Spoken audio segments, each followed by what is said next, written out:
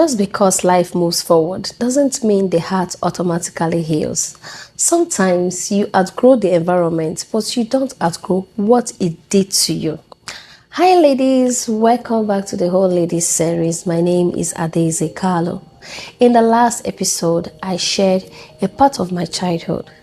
The instability, the constant changes, the responsibility that came earlier than expected, and how in many ways I learned to survive before I learned how to process.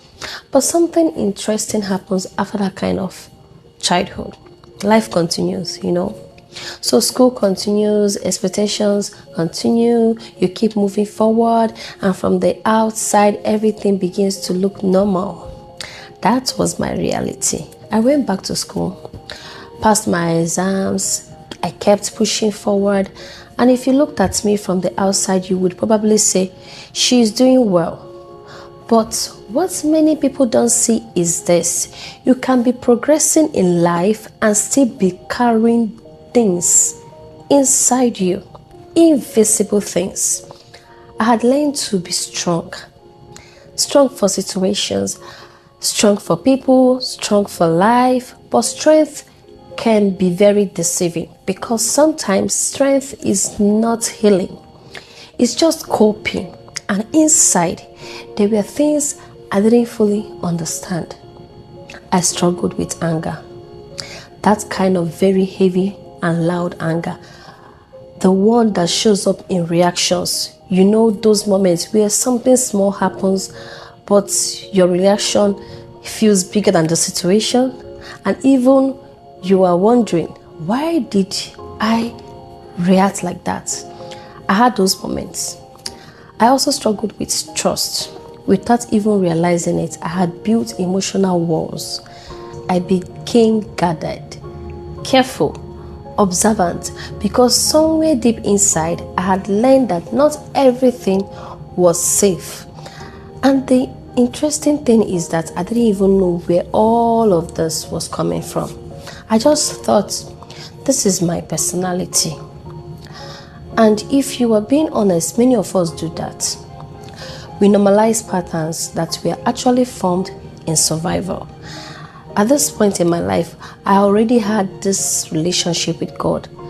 Faith was part of my life earlier on.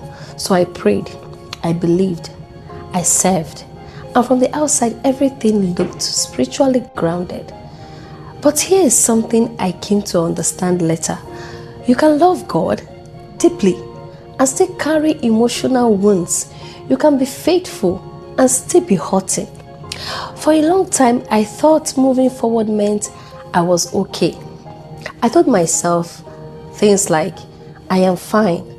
It's not that serious. Other people have gone through worse things. So I kept going. But life has a way of revealing what we try to ignore. Then one day, I came across a teaching, a program where they were teaching about childhood trauma and unresolved emotional pain.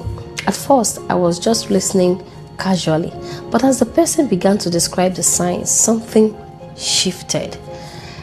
The anger, the triggers, the difficulty trusting, the emotional patterns, it all sounded familiar, too familiar.